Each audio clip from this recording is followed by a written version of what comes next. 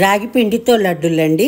చాలా బలమైన అలాగే ఆరోగ్యకరమైన రెసిపీ. ఇది అన్ని ఏజ్ గ్రూప్ వాళ్ళకి కూడా పనికొస్తుంది.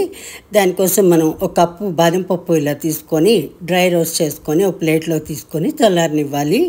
అలాగే ఒక గుప్పెడు పల్లీలు కూడా తీసుకొని డ్రై రోస్ట్ చేసుకొని దాన్ని కూడా ఒక ప్లేట్లోకి తీసుకొని చల్లారనివ్వాలి. అలాగే ఒక గుప్పెడు పూల్ మకానే కూడా తీసుకొని డ్రై రోస్ట్ చేసుకొని అదే ప్లేట్లోకి తీసుకొని చల్లారిన తర్వాత ఒక మిక్సీ జార్లోకి వేసుకొని పొడిలాగా చేసుకొని రెడీ చేసి పెట్టుకోవాలండి.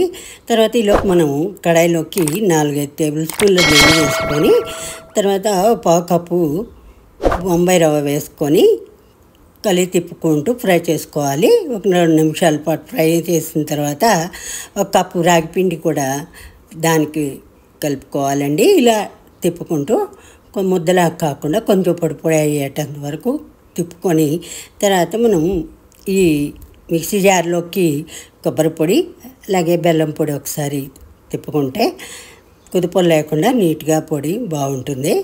అలాగే మనం ఇవన్నీ ఒక ప్లేట్లోకి తీసుకోవాలండి. ఏది రాగి పిండి అలాగే బాదం పప్పుల పొడి, ఈ బెల్లం పొడి, ఎండు కొబ్బరి పొడి, అలాగే 4-5 ఇలాచీల పొడి ఇదంతా వేసుకొని మనం బాగా కలుపుకుంటే ఇలా లడ్డులాగా రెడీ చేసుకోవడానికి వీలవుతుంది. దీంతో రాగి లడ్డులు రెడీ.